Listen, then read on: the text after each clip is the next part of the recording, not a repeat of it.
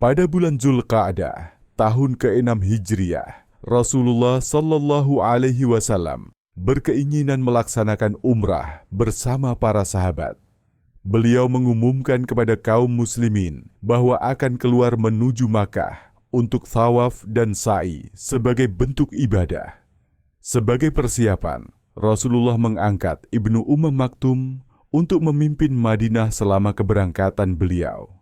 Beliau juga membawa hewan-hewan kurban, sekitar 70 unta, sebagai tanda niat tawaf dan kurban. Persiapan ini menunjukkan kematangan dan keramahan dakwah beliau, bahwa ibadah pribadi bersanding dengan kesiapan sosial dan kepemimpinan. Dari peristiwa ini, kita belajar bahwa persiapan matang dalam ibadah menunjukkan bahwa setiap langkah dalam dakwah dan amal harus direncanakan dengan sungguh-sungguh, bukan asal berjalan. Dalam perjalanan menuju Makkah, terjadilah sebuah peristiwa monumental di Hudaybiyah. Rasulullah Shallallahu Alaihi Wasallam dan kaum muslimin melakukan baiat yang dikenal sebagai baiat Ridwan, yaitu saat beliau mendengar kabar bahwa Utsman bin Affan dalam bahaya, dan para sahabat pun menyatakan kesediaan mereka untuk membela Rasulullah hingga akhir. Dari peristiwa itu lahirlah perjanjian yang dikenal sebagai Perjanjian Hudaybiyah Isi.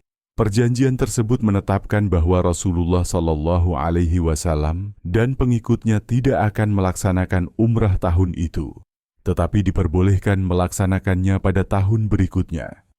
Selain itu, ditetapkan masa damai antara pihak Quraisy dan kaum muslimin selama 10 tahun, serta kebebasan bagi setiap kabilah Arab untuk bersekutu dengan salah satu pihak. Dari perjanjian ini, tampak jelas kebijaksanaan Rasulullah Shallallahu Alaihi Wasallam dalam mengutamakan kedamaian dan strategi jangka panjang di atas keinginan sesaat. Kadangkala, tujuan besar hanya bisa dicapai dengan kesabaran dan langkah diplomatis yang bijak.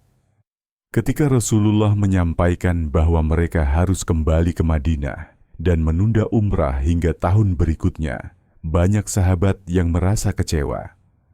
Mereka telah menempuh perjalanan jauh dengan harapan dapat beribadah di Baitullah. Kesedihan dan kegetiran melanda sebagian besar kaum muslimin. Bahkan, beberapa di antara mereka enggan menyembelih hewan kurban atau mencukur rambutnya karena masih belum bisa menerima keputusan tersebut. Namun Rasulullah menunjukkan keteladanan luar biasa. Atas saran dari Ummu Salamah, beliau keluar terlebih dahulu untuk menyembelih hewan kurban dan mencukur rambutnya tanpa berkata apapun. Melihat hal itu, para sahabat pun mengikuti tindakan beliau dengan penuh ketenangan. Dari sini, kita dapat mengambil pelajaran bahwa kepemimpinan yang bijak memperhatikan kondisi emosional dan psikologis para pengikutnya. Seorang pemimpin sejati tidak hanya memberi perintah, tetapi juga memberikan contoh nyata dengan ketenangan dan kasih sayang. Setelah perjanjian Hudaybiyah ditetapkan, dampaknya ternyata sangat besar bagi perkembangan Islam. Salah satu kabilah Arab, yaitu Khuza'ah, memilih bergabung dengan Rasulullah Shallallahu Alaihi Wasallam, sementara kabilah Bani Bakr berpihak kepada Quraisy. Perjanjian damai ini membuka ruang baru bagi dakwah Islam. Rasulullah mulai mengirim surat kepada para raja dan penguasa dunia, mengajak mereka untuk mengenal Islam. Hubungan diplomasi pun berkembang, dan ekspedisi-ekspedisi dakwah dilakukan dengan lebih teratur dan aman. Kesepakatan damai yang awalnya tampak merugikan, justru menjadi fondasi bagi kemajuan besar dalam penyebaran Islam.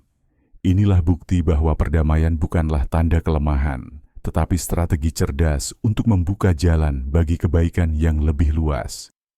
Peristiwa tahun ke-6 Hijriah ini menjadi salah satu tonggak penting dalam sejarah kehidupan Nabi Muhammad Sallallahu Alaihi Wasallam.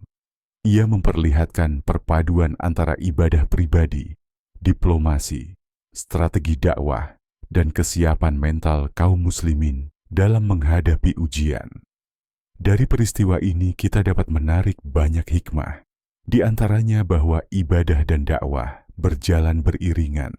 kedamaian dan perjanjian bisa menjadi jalan menuju kemenangan, dan seorang pemimpin yang bijak harus memahami kondisi emosional para pengikutnya. Setelah adanya perdamaian, terbuka ruang baru bagi dakwah yang lebih luas dan teratur.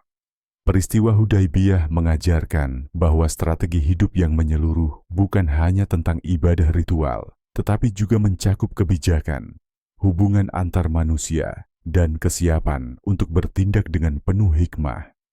Rasulullah Shallallahu Alaihi Wasallam mencontohkan bahwa keteguhan iman harus diimbangi dengan kebijaksanaan dalam tindakan, sehingga setiap keputusan menjadi bagian dari jalan dakwah yang penuh keberkahan.